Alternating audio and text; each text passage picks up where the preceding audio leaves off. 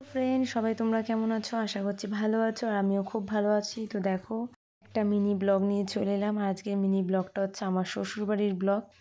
তো দেখো, এই যে যেই ছেলেটাকে দেখলে এর আগে ব্লগে কালী ঠাকুরের পাশে যে দাঁড়িয়ে ছিল, সেটা হচ্ছে আমার দেওর। তোমাদের এর আগে ব্লগে আমি কখনো আমার শ্বশুরবাড়িতে তেমন কাউকে দেখানো হয়নি। সামথিং একবার মনে হয় আমার ননদকে দেখিয়েছিলাম। তো আজকে সন্ধেবেলা আমরা বাড়িতে প্রায় অনেক লোকজন এসছে। খুবই মজা হচ্ছিলো সন্ধেবেলার থেকে। আমাদের বাড়ির পুজোর 2 দিন আগে থেকে খুব মজা হয়। আমাদের বাড়িতে পুজো হয় জানুয়ারির 8 তারিখে, আর 7 তারিখ 6 তারিখ থেকে খুব মজা শুরু হয়েছে। লোকজন আসা, আনন্দ, গান বাজনা, খুবই মজা হয়।